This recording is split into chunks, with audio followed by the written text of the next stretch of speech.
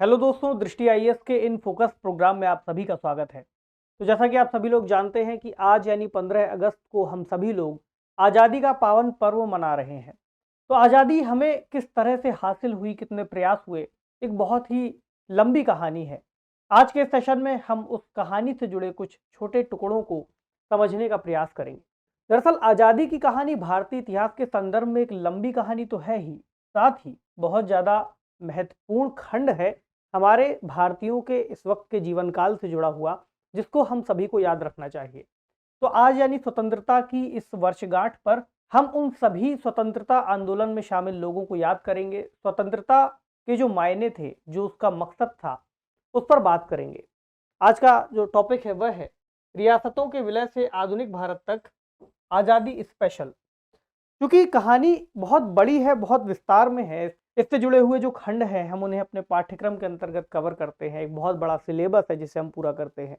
लेकिन आज़ादी केवल सिलेबस तक ही सीमित नहीं है। आज़ादी की कहानी, उसके मायने और हम सबके जीवन से उसका जुड़ाव इस सिलेबस से कहीं ज़्यादा है। लेकिन हमारे लिए चूंकि एक महत्वपूर्ण खंड हमारी परीक्षाओं से भी संबंधित है, इस लिहाज से उस पूरी टाइमलाइन के अंतर्गत हम एक छोटे खंड को आज कवर कर रहे हैं। और जो खंड है वह है रियासतों का विलय। क्योंकि जब आज़ादी मिली भारत को 15 अगस्त 1947 के दिन, तब भारत का जो मानचित्र है वह आज के जैसा नहीं था, काफी ज्यादा अलग था। भारत के मानचित्र में अंग्रेज जो शरारत करके गए, या फिर ऐसा कहा जाता है, बहुत सारे लोग ऐसा कहते हैं कि अंग्रेजों की शरारत की वजह से जो भारत था वो काफी ज्यादा टुकड़ों में विभाजित हो सकता था। भारत के अलावा पाकिस्तान बना, बांग्लादेश बना, ये सभी खंड भारत से अलग तो हुए, लेकिन इसमें कौन कौन से कारण जिम्मेदार थे? जब भारत आजाद हुआ तब रियासतों की क्या स्थिति थी, रियासतें कैसे मौजूद थी, उनको कैसे शामिल किया गया, वे कौन सी रियासतें थी जो बहुत ज़्यादा महत्वपूर्ण थी और उन्होंने भारत में शामिल होने से इनकार कर दिया, उसके बावजूद हमारे प्रयासों के जरिए वो भारत का आज हिस्सा दिखाई देती हैं। जो डिस्कशन है उसमें खबर एक इससे जुड़ती है कि why Pakistan ended up with so few princely states, कि जब भारत में रियासतों का विलय हो रहा था तब पाकिस्तान के अंतर्गत जो पाकिस्तान के संस्थापक कहे जाते हैं मोहम्मद अली जिन्ना जी, उन्होंने उस समय जो विलय की नीति उसको किस तरह से प्रस्तावित किया या फिर किस तरह से उसको पूरा किया। क्योंकि भारत में तो उस समय बहुत तेजी से विलय हमें दिखाई देता है, लेकिन जो जिन्ना की नीतियां थी, ऐसा मानते हैं इतिहासकार कि जिन्ना की नीतियों की वजह से जो पाकिस्तान में रियासतों का विलय है वो उस गति से नहीं चल रहा था, या फिर उसकी प्राथमिकता उस तरह से नहीं दी गई थी। ठीक, आज के इस डिस्कशन में जो हमारे पॉइंट्स रहेंगे, पॉइंट्स है नवगठित राष्ट्र की चुनौतियां। तो जैसे ही भारत आजाद होता है, भारत के सामने किस तरह की चुनौतियां आती हैं, एक नवगठित राष्ट्र के रूप में, एक नए राष्ट्र के रूप में हम उन पर चर्चा करेंगे। और उस चर्चा के बाद, उन खंडों को देखने के बाद जो हमारा टॉपिक रहेगा वो होगा रियासतों की समस्या पर। कुछ प्रमुख रियासतें जैसे कि त्रावणकोर, भोपाल, हैदराबाद, जोधपुर, जूनागढ़ और कश्मीर, ये कुछ बड़ी रियासतें थी जिनको भारत के साथ जोड़ा जाना बहुत आवश्यक था, और भारत के साथ जोड़े जाने में बहुत ज़्यादा कठिनाई भी हमको देखने को मिली। एक निष्कर्ष आज़ादी के, जो आज़ादी का अमृत महोत्सव हम मना रहे हैं उसके अंतर्गत, और एक सवाल प्रीलिम्स फैक्ट के रूप में। चलिए, यह जो विषय है जीएस पेपर 1 के अंतर्गत भारतीय इतिहास और राष्ट्र का एकीकरण, इस खंड से जोड़ करके देख सकते हैं सेगमेंट में। क्योंकि आधुनिक भारत के इतिहास से यह पूरा सेगमेंट जुड़ते हुए आज़ादी के बाद के भारत तक पहुंचता है, इसलिए इसको दोनों ही सेक्शन के अंतर्गत हम जोड़ सकते हैं। तो जब 15 अगस्त 1947 का वह दिन था जब भारत को आज़ादी मिलती है, और जो न्यूज़पेपर थे उस समय बड़े बड़े, उन्होंने इसको फ्रंट पेज पर छापा, छापने वाली बात भी थी। बहुत लंबे प्रयास, लंबी सफलता के बाद भारत को आज़ादी मिल सकी थी। India independent, British rules ends, तो ऐसी जो खबर है उस समय हिंदुस्तान टाइम्स में छपी हुई थी, और लगभग सभी न्यूज़पेपर इस तरह की खबरों से भरे पड़े थे। कोई देश भारत को बधाई दे रहा था, यहाँ पर इटली जो उस वक्त ब्रिटेन के प्रधानमंत्री थे उनकी तरफ से बधाई का कार्ड, बहुत सारी चीजें हम देख सकते हैं। लेकिन भारत आजाद तो हो रहा था, लेकिन भारत के सामने कई तरह की चुनौतियां थीं। क्योंकि ब्रिटिशर्स जब भारत से गए तो भारत की जो आर्थिक स्थिति थी वो इस हद तक कमजोर हो चुकी थी, अर्थव्यवस्था इस तरह से बदल चुकी थी ब्रिटिशर्स की नीतियों के चलते, कि भारत उस समय तक इस स्थिति में नहीं रह गया था कि वह अपनी अर्थव्यवस्था के अंतर्गत अपने देश के लोगों को ठीक तरीके से भोजन या फिर बाकी चीज़ें उपलब्ध करा सके। रोजगार की स्थितियां खराब हो रही थी और बाकी स्थितियां भी बिगड़ रही थी। इसकी जो अगर हम बड़ी वजहें खोजेंगे तो आप जब भारतीय इतिहास को पढ़ेंगे, आधुनिक भारत का इतिहास में अंग्रेजों की नीतियों वाला जो चैप्टर है, जब आपने अगर उसको पढ़ लिया होगा तो ठीक है, नहीं पढ़ा होगा तो जब आप उसको पढ़ेंगे तब फिर आगे का सेक्शन यहाँ से जुड़ेगा, जो कि आज का हम यहाँ कवर कर रहे हैं। तो भारत आज़ाद भी हुआ। भारत की आज़ादी के साथ जो आज़ादी का सपना देखा गया था कि भारत एक स्वतंत्र रूप से आज़ाद होगा, वैसा ना होकर के भारत और पाकिस्तान दो डोमिनियन के रूप में भारत को आज़ादी दी गई। इसके अलावा जो भारत के अंतर्गत रियासतें थी, रियासतों को भी किसी भी एक में शामिल हो जाने या फिर स्वतंत्र रहने की आज़ादी दे दी गई। ठीक, तो भारत जब आज़ाद हुआ, भारत और पाकिस्तान नाम से जब दो डोमिनियन बने, तो कुछ लोग ऐसे थे जो पाकिस्तान से भारत की ओर आए और कुछ लोग ऐसे थे जो भारत से पाकिस्तान की ओर गए हमेशा के लिए रहने। तो इस दौरान सांप्रदायिक उन्माद, दंगे, बहुत ज्यादा चीजें देखने को मिल रही थी। अगर विभाजन के दौरान की बात करें तो लगभग 80 लाख शरणार्थियों की स्थिति ऐसी थी जो कि भारत आ चुके थे। इन सभी के लिए रहने की व्यवस्था करना, रोजगार के अवसर उपलब्ध कराना एक बड़ी चुनौती थी एक ऐसे देश के सामने जो तभी आजाद हुआ है। वहां की जनता को जोड़ना है आपस में, बहुत सारी समस्याएं, सांप्रदायिक दंगे भी हो रहे थे। इन्हीं सांप्रदायिकता की चपेट में एक दिन महात्मा गांधी जी की भी हत्या हो जाती है। ठीक, इसके अलावा रियासतों की समस्या, क्योंकि जब ये बात कह दी गई कि भारत और पाकिस्तान दोनों में से किसी भी एक में विलय किया जा सकता है या फिर स्वतंत्र रहा जा सकता है, तो कई जो रियासतें हैं वो ऐसी थी जिनको प्रैक्टिकली तौर पर भारत से पृथक करना इतना आसान नहीं था। खुद माउंटबेटन ने इस बात को कई बार इसका जिक्र किया कि कह तो दिया गया है कि वे पृथक या फिर स्वतंत्र रह सकते हैं, लेकिन इतना उनका स्वतंत्र रह पाना संभव हो नहीं सकेगा, क्योंकि भारत क्षेत्र इतना बड़ा है। मान लीजिए बीच में कहीं पर एक छोटी सी रियासत है, तो वह किस तरह से स्वतंत्र रह पाएगी और संचालन कर पाएगी। तो लगभग 500 से ज्यादा रियासतें मौजूद थीं और एक नए राष्ट्र में शामिल होने के लिए उनको तैयार करना बहुत बड़ी चुनौती थी। ठीक, इसके अलावा कुछ और तरह की समस्याएं थी, जैसे कि तब हम अपने संविधान को लिखने का प्रयास कर ही रहे थे, संविधान लिखा जा रहा था। नई राजनीतिक व्यवस्था का विकास करना था जिस व्यवस्था के अंतर्गत नया देश संचालित हो सकता। ठीक, इसके अलावा भारत चूंकि अपने आप में बहुत विविधता को लेकर के चल रहा था, भारत में अलग अलग तरह की जाति, धर्म, ठीक, खान पान, पहनावा, जाति में भी ऊंच नीच, धर्मों में भी हिंदुओं के अलावा बाकी और जो धर्म मौजूद थे उसमें अल्पसंख्यक और बहुसंख्यकों वाली बात, खान पान एकदम अलग अलग। ठीक, भाषाई आधार पर भाषाएं एकदम अलग अलग। तो बहुत ज्यादा विविधता को एक साथ रख पाना अपने आप में एक बड़ा टास्क था। कैसे लोग एक दूसरे के साथ जुड़ेंगे, कैसे लोग एक दूसरे के साथ आना चाहेंगे, क्यों वे एक राष्ट्र बनना चाहेंगे। ठीक, इसके अलावा भारत में जो आबादी थी, एक बहुसंख्यक आबादी, ग्रामीण आबादी थी। अब ग्रामीण आबादी निर्भर रहती है बरसात पर, बरसात होगी तब कृषि होगी, कृषि की उपज आएगी। ठीक, तो जैसे ही उपज आनी थी, अगर बरसात ना हो तो उपज इतनी नहीं हो पाती थी। जनसंख्या आजादी के समय भारत की तकरीबन 35 करोड़ के आसपास थी। ये सभी वो बातें हैं जो आप में से कई लोग जानते हैं, लेकिन हम इसको डिस्कस कर रहे हैं रिवीजन के तौर पर, एक बातों को जानने के लिए और समझने के लिए उस समय की परिस्थितियों को। ठीक, क्योंकि इतिहास इतना लंबा है कि एक सेशन में उसको कवर कर पाना संभव नहीं होगा, इसलिए हम उसको अलग अलग सेगमेंट में ही देखेंगे। आज का सेगमेंट इससे संबंधित है और बाकी आप लोग क्लासरूम में पढ़ेंगे। तो नए उद्योगों का निर्माण करना भी बहुत ज्यादा आवश्यक था, ताकि जो ऐसे श्रमिक जो उद्योगों से जुड़े हुए हैं, उद्योगों में लगे हुए हैं, वे झुग्गी झोपड़ियों और बस्तियों में ना रहें। वो गंदी बस्तियों में रह रहे हैं, उनको स्तर पर स्वास्थ्य सुविधाएं, शिक्षा की सुविधाएं, बेहतर अवसर उपलब्ध नहीं हो पा रहे हैं। तो एक राष्ट्र के बारे में आप सोच करके देखिए, किसी राष्ट्र की अर्थव्यवस्था कैसे तरक्की कर पाएगी जब तक उसके पास उद्योग धंधे नहीं होंगे।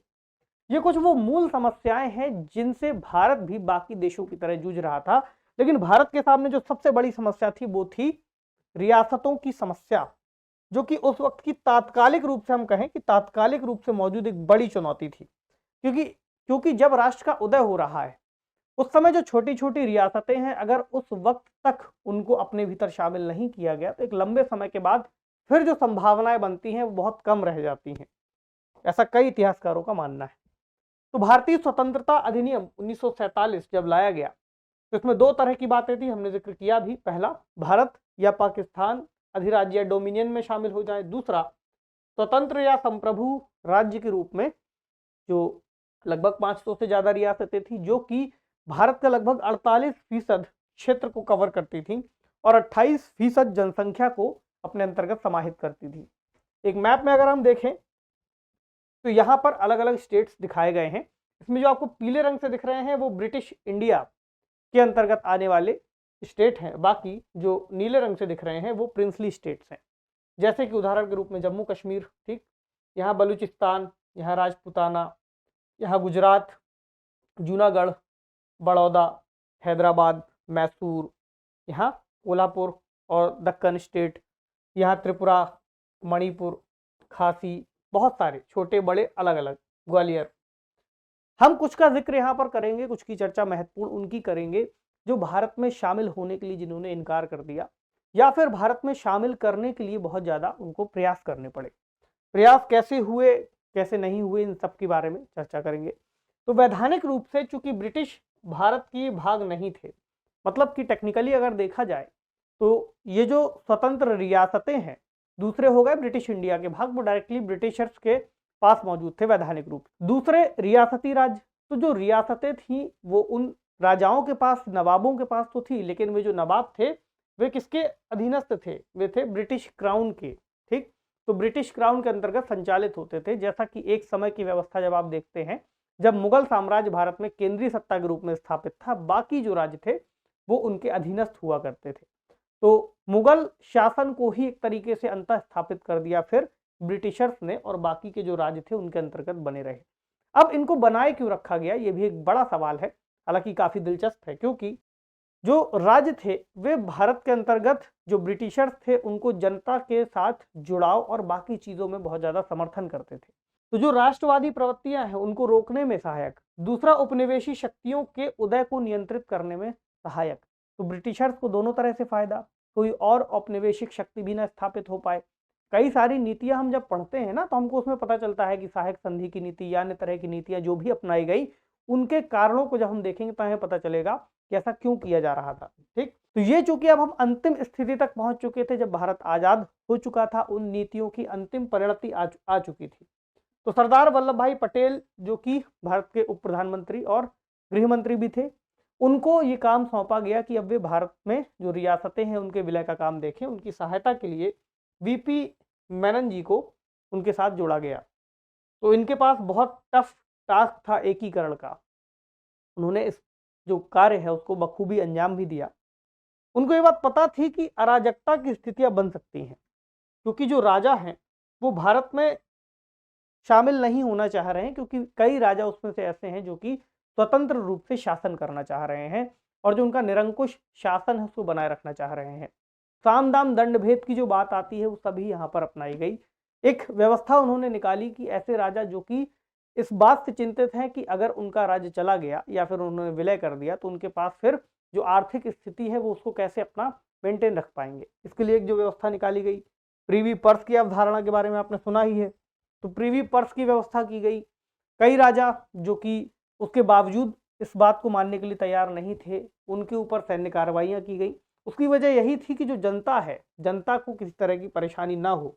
कई जगह पर जनमत संग्रह कराए गए। तो हम शुरू करें कुछ रियासतों का नाम लेकर के। जैसे एक रियासत त्रावणकोर, जो कि दक्षिण तटीय राज्य के रूप में स्थापित था और उन कुछ शुरुआती रियासतों में से एक था जो कि भारत के अंतर्गत शामिल होने से जिन्होंने इनकार कर दिया था, ठीक। इसके अलावा विलय पत्र पर तो हस्ताक्षर किए नहीं। ये भी कहते थे कि कांग्रेस जो भारत के अंतर्गत नेतृत्व कर रही है सरकार का, तो कांग्रेस पर ही इन्होंने प्रश्न चिन्ह खड़े किए कि वो इतने कैपेबल हैं या नहीं है, या फिर उनको इस तरह से शामिल होना चाहिए सरकार में या नहीं। तो यहाँ पर एक नाम आता है सीपी रामास्वामी अय्यर का, जो कि त्रावणकोर के दीवान थे। ऐसा माना जाता है कि यूके यानी यूनाइटेड किंगडम के साथ भी इन्होंने कोई समझौते कर रखे थे ताकि ये भारत में शामिल ना हो। यूके क्यों समझौता कर रहा था? ऐसा माना जाता है कि इस क्षेत्र में मोनोजाइट मौजूद थे। तो मोनोजाइट के खनिजों से यह क्षेत्र समृद्ध था, जो कि ब्रिटेन के लिए न्यूक्लियर जो पावर है उसको और आगे बढ़ाने में मदद करता। उस क्षेत्र से जब ये खनिज मिलता तो उनके साथ जो संबंध थे उसका उन्हें फायदा मिलता। आगे चल करके ऐसा देखा जाता है कि केरल समाजवादी पार्टी के एक सदस्य द्वारा उनकी हत्या का प्रयास देखने को मिलता है। हालांकि वह सफल नहीं होता। उसके बाद कई सारे दबावों को देखते हुए 30 जुलाई 1947 को भारत में शामिल होने का निर्णय ले लेते हैं और शामिल हो जाता है त्रावणकोर। अगला राज्य जोधपुर रियासत। ठीक, तो ये एक राजपूत रियासत थी जिसके राजा हिंदू थे और अधिकांश जनसंख्या भी हिंदू थी। लेकिन समस्या ये थी कि इन दोनों परिस्थितियों के होने के बावजूद इनका झुकाव पाकिस्तान की तरफ ज़्यादा था। इनका तर्क क्या था? इनका तर्क ये था कि जोधपुर की जो सीमा है वो पाकिस्तान के साथ लगती है, तो ये विलय करना चाहेंगे पाकिस्तान में, और पाकिस्तान के साथ विलय करके उससे अतिरिक्त लाभ लेने की कोशिश कर रहे थे। तो इन्होंने एक तरीके से समझा कि सौदेबाजी ज़्यादा हो जाएगी, और इसके लिए जो समर्थन वहाँ से इनको मिल रहा था, मोहम्मद अली जिन्ना का समर्थन इनको मिल रहा था। उन्होंने जो मांगे रखी उसके लिए एक मांग पत्र सौंपा गया जिसमें उन्होंने हस्ताक्षर कर दिए, ऐसा कई इतिहासकार बताते हैं।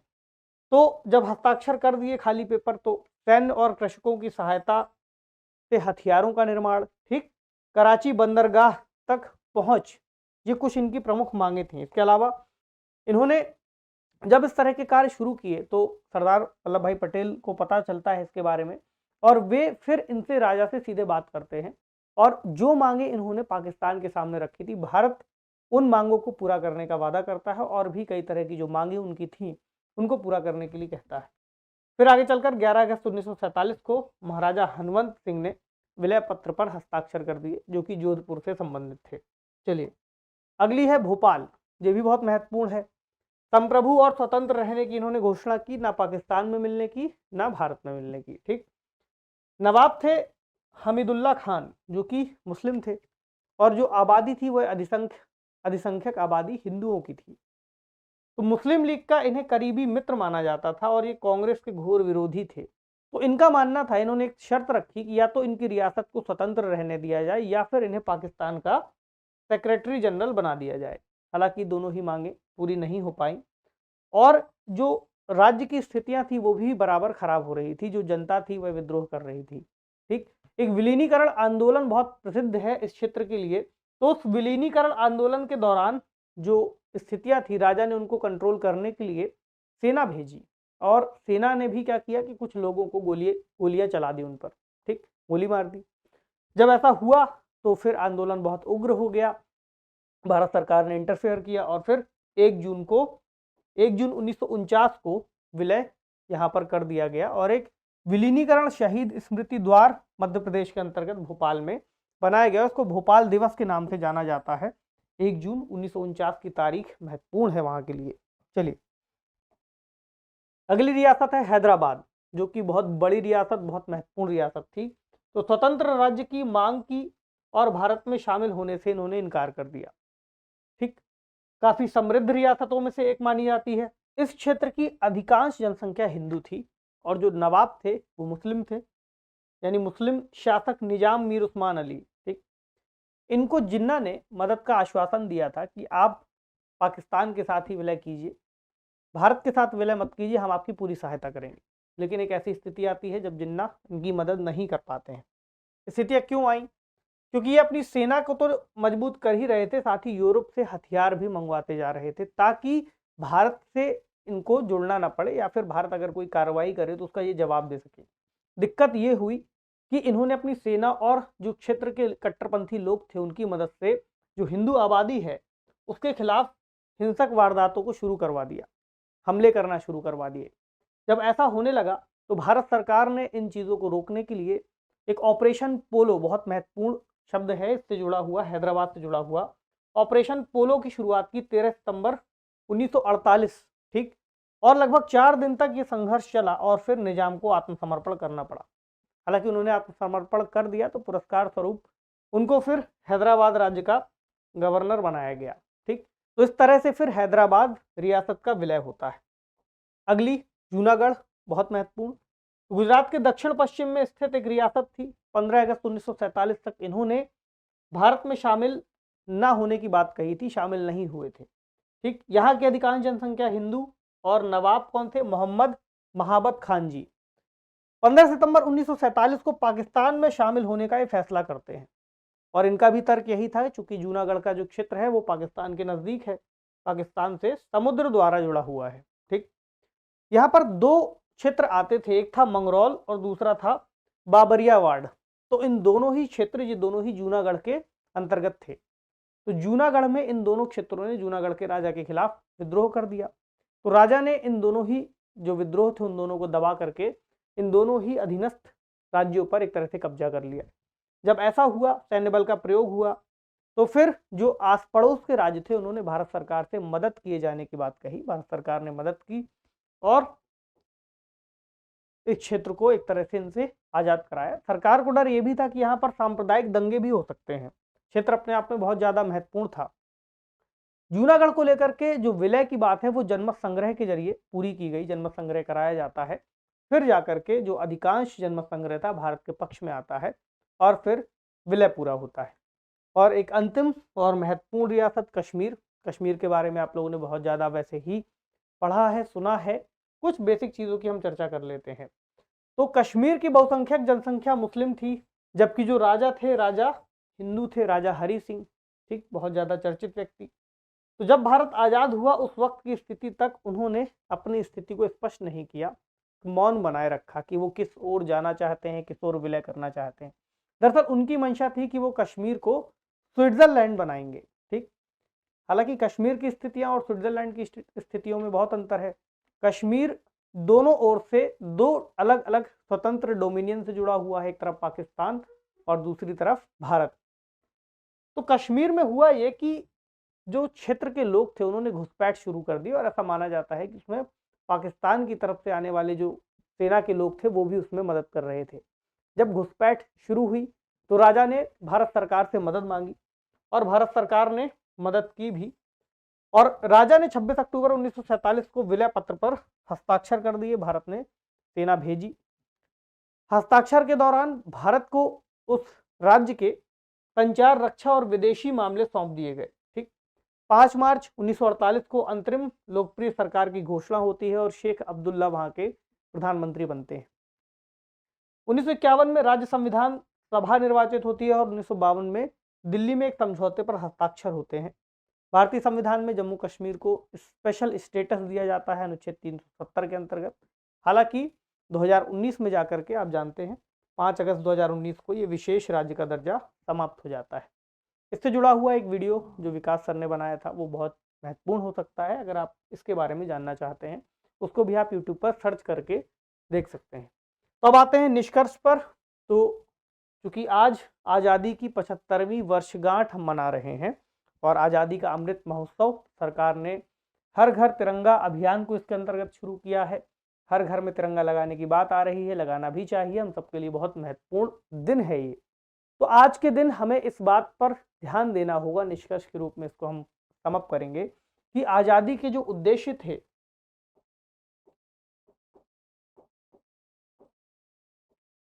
क्या वे उद्देश्य हम पूरे कर रहे हैं, सबसे पहली बात। दूसरी बात ये कि आज के समय में जो ऐसी बुराइयां हैं जो हम ब्रिटिश सरकार के अंतर्गत देखते थे, अगर आज भी वे हमें विरासत में मिल गई हैं तो हमें उन्हें दूर करने के प्रयास करने चाहिए। इन बुराइयों में हो सकता है भ्रष्टाचार, ठीक, सबसे प्रमुख। दूसरा, शिक्षा की स्थितियां। तीसरा, स्वास्थ्य, रोजगार, आर्थिक विकास,